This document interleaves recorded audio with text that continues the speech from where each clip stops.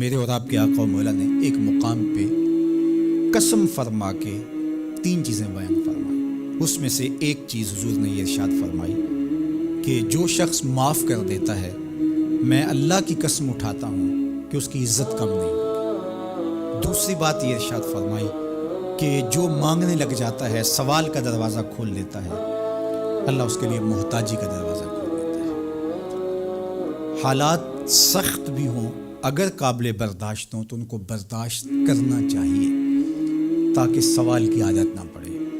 انسان مخمصے کی حالت میں ہو، مجبور ہو جائے تو وہ ایک الگ بات ہے. مخمصے کی حالت میں سوال جائز ہو جاتا ہے، لیکن اگر حالت مخمصے کی نہ ہو تو پھر سوال نہیں کرنا. تھوڑی سی مشکل آئی اور اناج بٹتے ہوئے دیکھا تو خود بھی سوالی بن کے جا کے کھڑے ہو گئے، جبکہ ہمارے گھر کے اندر اتنا کچھ موجود تھا کہ ہم گزر کر سکتے تھے، لیکن مفت کا مال ہے لہٰذا کوئی حرج نہیں ہے. تو پھر آہستہ آہستہ انسان اس کا عادی بن جاتا ہے. اللہ اس وقت سے بچائے کہ ہم محتاج ہوں اور ہمیں عملاً اس جگہ پہ آنا پڑے. اللہ سب کو محفوظ فرمائے. لیکن اگر حالات کچھ تلخ بھی ہوں تو پھر بھی اگر آپ دیکھیں اپنے آپ کو کہ کیا ہم ایسی جگہ پہ تو نہیں ہیں کہ ہم سوال کرنے جائیں، تو باہر ایک ماحول دیکھ کر کے تو لپک پڑنا، تو اس سے آپ کی طبع کے اندر سوال کی عادت پیدا ہوگی. تو اس لیے جو مانگنا شروع کر دیتا ہے پھر اس کے لیے محتاجی کا دروازہ بند نہیں ہوتا، الا یہ کہ کچھ سخت مجبور ہو جائے تو شریعت اس کو اس کی اجازت دیتی ہے. تیسری بات میرے اور آپ کے آقا و مولا نے جو قسم کر کے کہی، ما نقص مال عبد من صدقہ، کہ صدقے سے بندے کا مال کم نہیں ہوتا. آپ کا اکاؤنٹنٹ کہتا ہے کہ اگر اتنے پیسے اتنوں سے نکال دیے گئے تو باقی اتنے بچیں گے. کیلکولیٹر کا حساب بھی یہی ہے.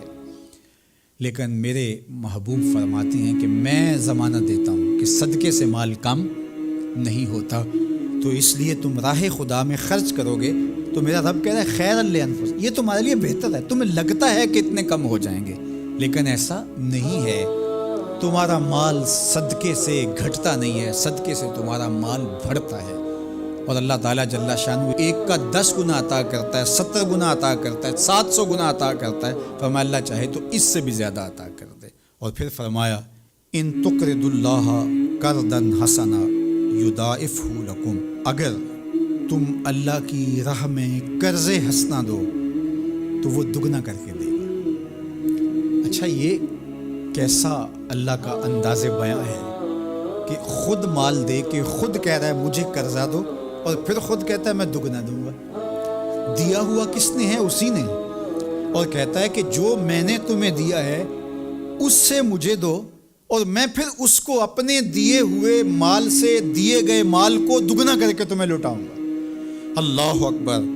اور پھر فرمایا وَيَغْفِرْ لَكُمْ، اور تمہیں بخش بھی دوں گا. وَاللَّهُ شَكُورٌ حَلِيمٌ، وہ شکر گزار بھی ہے اور حلم والا بھی ہے.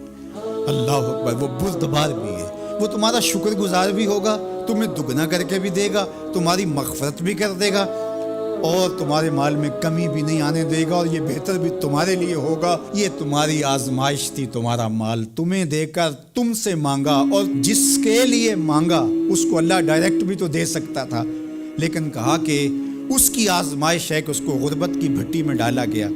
تمہاری آزمائش یہ ہے تمہیں فراوانی دی گئی. آپ دیکھیے کہ وہ آزمائش میں پورا نکلتا ہے، تم آزمائش میں پورے نکلتے ہو، دونوں آزمائش میں پورے نکلتے ہیں، یا پھر تم نامراد اور ناکام ہو جاتے ہو. اللہ اکبر.